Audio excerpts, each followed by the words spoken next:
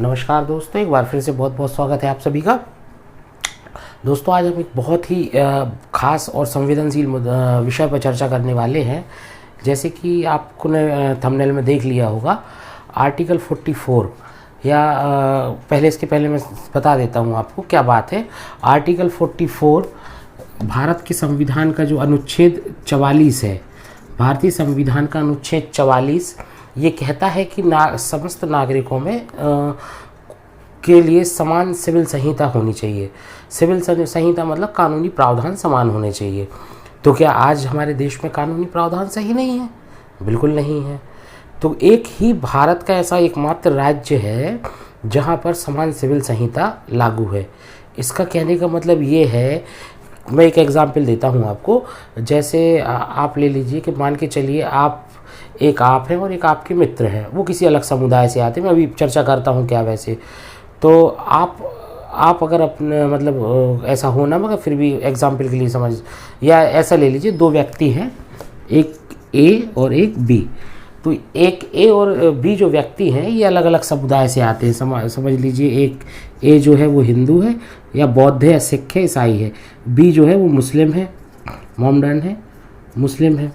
ठीक है। अब अगर ए और बी दोनों की शादियां होती हैं और वो अपनी पत्नी को तलाक दे देते हैं, तो क्या इस स्थिति में दोनों जो है दोनों पे समान कानून लागू होंगे? जो पत्नी की हिस्सेदारी होती है ना, या फिर जैसे हम कहें कि उसको जो जीवन व्यय भत्ता वगैरह देना होता है, तो क्या ऐसे दोनों या हर समुदाय में ऐसा देना होता है? तो इसका जवाब है नहीं। तो भारत में जो नागरिक संहिता है वो समान नागरिकता संहिता लागू नहीं है।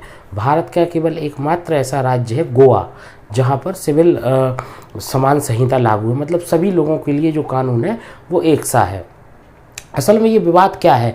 विवाद इसमें ये है कि भारत का जो संविधान है वो चूँकि भारत बहुत सारी संस्कृतियों का मिश्रण यहाँ आपको देखने मिलता है, तो भारत के संविधान में ये प्रयास किया गया था संविधान निर्माताओं के माध्यम से कि हम सभी पक्षों को बराबर लेके चलें, उनके धर्मों का जो सम्मान बराबर करते चलें। तो उसके लिए कुछ ऐसी प्रावधान भी ऐसे कर दिए गए या संविधान निर्माण के बाद या आने वाली सरकारों के द्वारा ऐसे कुछ प्रावधान कर दिए गए, ऐसी कुछ विशेष शक्तियाँ दे दी गई जो कहीं न कहीं आज के दौर में तर्कसंगत नहीं लगती हैं। जैसे मैं आपको उदाहरण देता हूँ मलाला यूसुफजई का। तो मलाला यूसुफजई पाकिस्तान की नागरिक हैं, आपको पता होगा। शांति का नोबेल पुरस्कार मिला था इनको। एक बच्ची थी जो केवल जो तालिबानी शासन था पाकिस्तान के उस क्षेत्र में जहाँ वो निवास करती थी, वहाँ पर महिलाओं का जो शोषण हो रहा था, है ना। महिलाओं की शिक्षा पे पाबंदी थी, महिलाओं की टीवी देखने पे पाबंदी थी, और ये बिल्कुल लीगली था, उनके कानूनों के हिसाब से था। तो और महिलाएं इसके खिलाफ कुछ भी मतलब लीगल एक्शन नहीं ले सकती। तो क्या सभी नागरिकों को समान संहिता मिल रही है? नहीं मिल रही है। क्या अगर कोई व्यक्ति पुरुष है ना, या तो वो महिलाओं के समान बराबर अधिकार रखता है क्या? तो बिल्कुल रखना चाहिए। या फिर ये तो मैंने समझाने के लिए बताया। इस मसले का मेन जो मुद्दा वो ये है, वो दो धर्मों के बीच, जैसे मान के चलिए आप देखते होंगे भारत में मुस्लिम पर्सनल लॉ, मेन मुद्दा यही है इसका।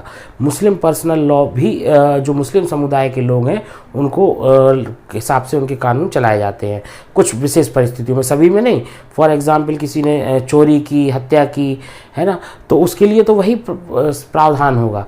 मगर जब बात आती है पर्सनल लॉ की, मतलब व्यक्तिगत जो कानून होते हैं, कुछ व्यक्तिगत मुद्दे होते हैं, जैसे शादी का मुद्दा, संपत्ति पे अधिकार का मुद्दा, शादी के संबंध में जो नियम निर्धारण है उसके मुद्दे, ये कहलाते हैं व्यक्तिगत मुद्दे। तो इन व्यक्तिगत मुद्दों के लिए मुस्लिम जो समुदाय है उसको भारत के अंदर उन मुस्लिम समुदाय के द्वारा मान्यता प्राप्त एक मुस्लिम पर्सनल लॉ बनाया गया है। जैसे भारत में इंडियन पीनल कोड है, वैसे ही एक मुस्लिम पर्सनल लॉ है केवल पर्सनल मामलों के लिए, मुस्लिमों के लिए।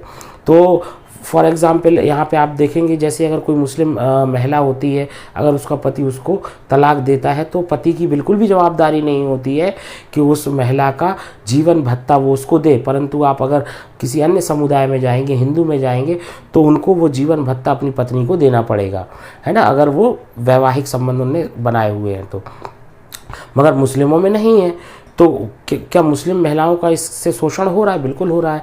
तो इन्हीं बातों को लेकर एक फैसले में सुप्रीम कोर्ट के जो मुख्य न्यायाधीश हैं शरद अरविंद बोबड़े जी ने उनने एक फैसले में संपत्ति का फैसला था, संपत्ति संबंधी फैसला था, उसमें एक टिप्पणी की है कि गोवा राज्य पूरे देश के लिए समान सिविल संहिता के लिए आदर्श राज्य बन सकता है ना। मतलब गोवा चूंकि ऐसा एक राज्य है, वहाँ किसी भी समुदाय का व्यक्ति हो उसके लिए समस्त कानून बराबर हैं।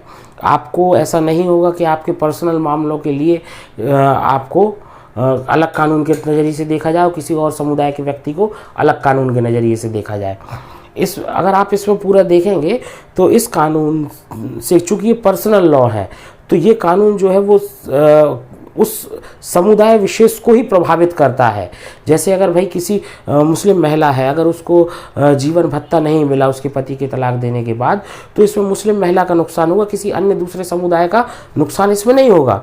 तो ये फ्रीली चलते आ रहा है। इसमें एक तर्कसंगत बात थी कि हम भाई अपने समाज को या अपना समुदाय को विशेष उससे वो कर रहे हैं, है ना। तो ये उनका तर्क रहता था कि भाई हम इसको ऐसे अपने समुदाय विशेष को अपने समुदाय की जो विशेष मान्यता है उसके अनुसार चला रहे, क्योंकि संविधान में इसके भी प्रावधान है अल्पसंख्यकों के लिए और अलग अलग उसमें। तो इसमें जो है शोषण होता है। जैसे अगर हम देखें संपत्ति का अधिकार, तो संपत्ति का अधिकार अगर आप जो भारत की जो सिविल संहिता है उसके हिसाब से आप देखेंगे तो सिविल संहिता में संपत्ति के अधिकारों के जो प्रावधान है, जैसे किसी व्यक्ति की संपत्ति पर उसका हक निर्धारित किया जाता है, वैसे ही मुस्लिम अगर पर्सनल लॉ में हम जाते हैं तो वो प्रावधान दोनों जो सिविल संहिता है, भारतीय सिविल संहिता, उसके प्रावधान और मुस्लिम पर्सनल लॉ में दिए गए संपत्ति के अधिकार के प्रावधान भिन्न भिन्न पाए जाते हैं। तो इसलिए ये जो कानून है वो अलग अलग हो जाता है। भारत में चूंकि एक कानून है, एक संविधान है, तो पर्सनल लॉ के नाम पर किसी समुदाय विशेष के अंदर ही विभाजन या उस समुदाय विशेष के अंदर ही शोषण हो रहा है, किसी का भी, या कोई अधिकारों से वंचित रह जा रहा हो, तो इसके लिए एक मुहिम लगातार चलती आ रही है और ऐसा प्रयास किया जा रहा है कि इस भारत के अंदर सिविल संहिता, समान सिविल संहिता को लागू करा दिया जाए। अभी वर्तमान में भारत में एकमात्र राज्य गोवा है जहां सिविल संहिता लागू है, मतलब सभी के लिए एक सा कानून लागू है।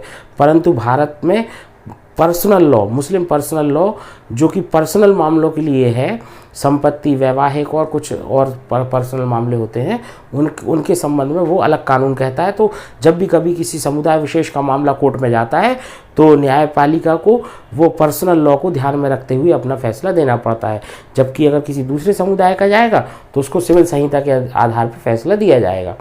तो इसको हटाने के लिए, या हम कहें कि जैसे कि सुप्रीम कोर्ट के जो चीफ जस्टिस हैं उन्होंने कहा है कि गोवा जो है वो भारत में मिसाल बन सकता है समान सिविल संहिता के लिए। और आर्टिकल 44 जो कहता है कि भारत में समान सिविल संहिता लागू होगी। अगर हम देखें भारत के अंदर अगर हम ऐसे अलग अलग कानून बनाते हैं तो कहीं ना कहीं ये आर्टिकल 44 का उल्लंघन भी है, क्योंकि आर्टिकल 44 कह रहा है कि समान सिविल संहिता होगी भारत में, और चूंकि वो लागू नहीं है तो इसमें विवाद है और सुप्रीम कोर्ट ने इसमें पहल की है।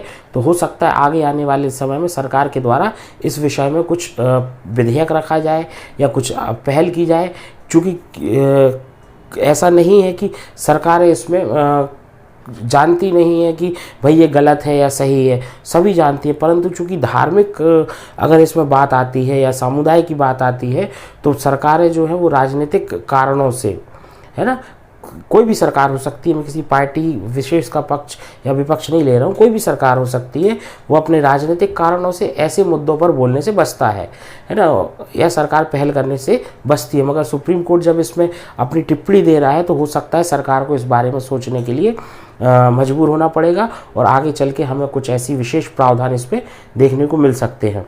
मेरे साथ आप बने रहिएगा। चैनल को सब्सक्राइब करें, वीडियो को लाइक करें और बने रहिएगा। धन्यवाद।